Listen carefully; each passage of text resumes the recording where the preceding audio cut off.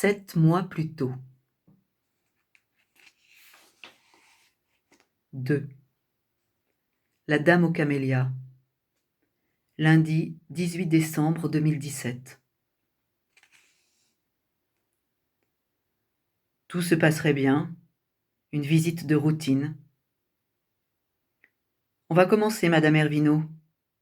Si je vous fais mal, dites-le moi. J'étais torse nu, debout, face à l'appareil, ma main tenant la barre. Levez bien le menton, a demandé la manipulatrice. Mon sein gauche était comprimé entre deux plaques.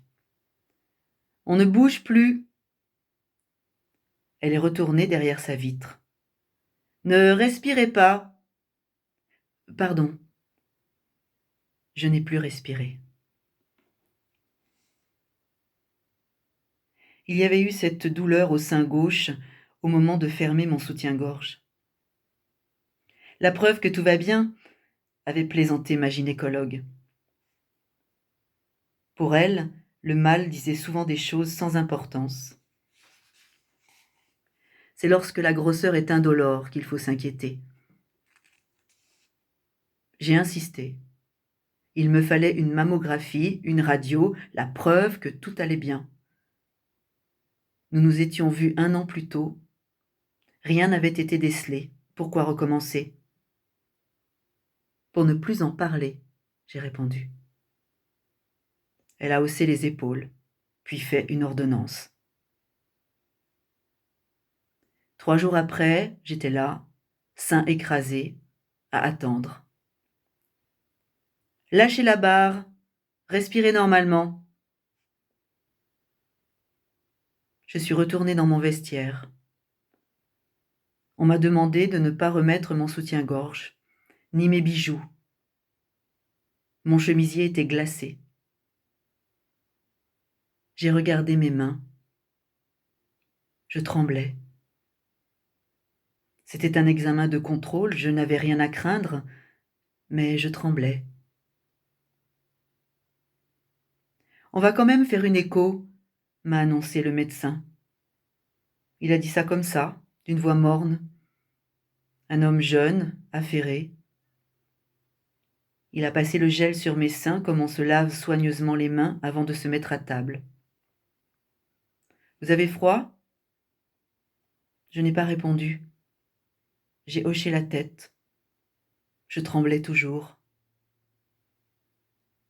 J'observais le radiologue sans un regard pour moi. Il passait la sonde sous le sein, autour du mamelon, les yeux sur son moniteur. Photo, photo. J'ai fermé les yeux. Photo, photo. J'avais souvent été palpée, mais tout s'était toujours arrêté là. Quelques mots de politesse, une poignée de main avec l'assurance de se revoir. Personne ne m'avait jamais fait d'échographie. Il y a quelque chose, a murmuré le médecin. Silence dans la pièce. Le souffle de la machine. Le cliquetis des touches. Et ces mots. Quelque chose. J'ai fermé les yeux.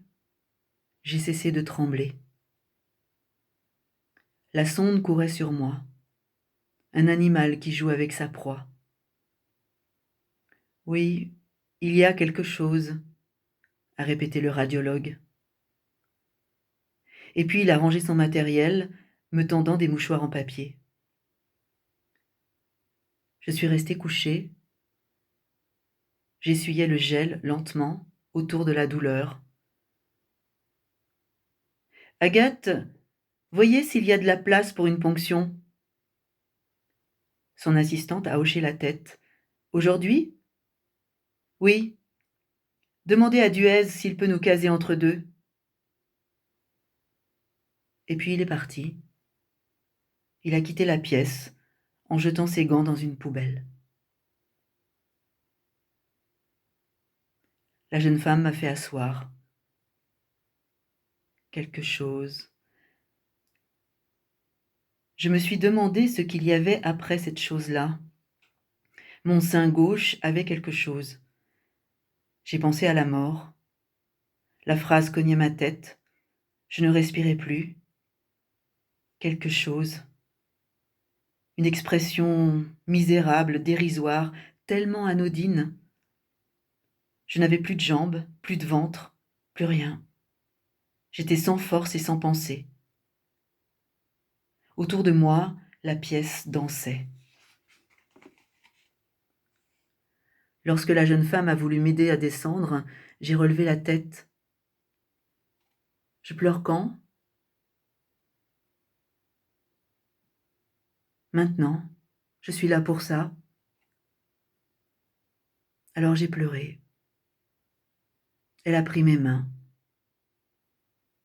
Il n'y a peut-être rien, juste un kyste. Mes yeux dans les siens. Elle n'y croyait pas. Voyez s'il y a de la place pour une ponction.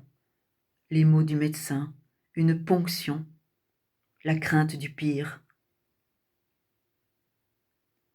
Agathe m'a installée sur une chaise. Elle m'a apporté des bonbons pour la chute de glycémie après la biopsie. Je saurais si c'est gentil ou méchant. Elle s'affairait à rien, rangeait des instruments qui m'étaient inconnus.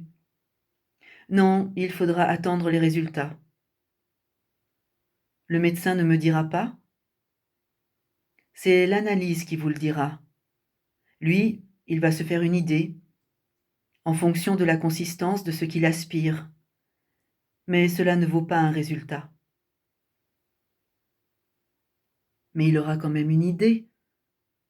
Il pourra me le dire, vous croyez? Vous pourrez toujours lui demander. Elle m'a raccompagnée à mon box. Je me suis assise sur le banc. Je n'arrivais pas à remettre mon chemisier, à boutonner mon gilet. Je suis allée aux toilettes. Mon visage dans le miroir, ma peau grise, mes lèvres, un simple trait. J'ai passé de l'eau sur mes yeux. Je me répétais que tout irait bien, mais rien n'allait plus. J'avais un cancer. Je le sentais en moi. J'aurais dû demander à Matt d'être là, mais il aurait refusé. Tu m'as dit toi-même que c'était un simple contrôle. Parfois, je prenais sa main pour traverser la rue. Il n'aimait pas ce geste. Il n'en comprenait pas l'importance. Et je n'osais pas lui dire que j'avais besoin de lui. Je me souviens de ma main d'enfant cachée dans celle de mon père et celle de notre fils, brûlante dans la mienne, chétive comme un moineau. Aujourd'hui, ne restait que la main de Matt, et il ne me la donnait plus.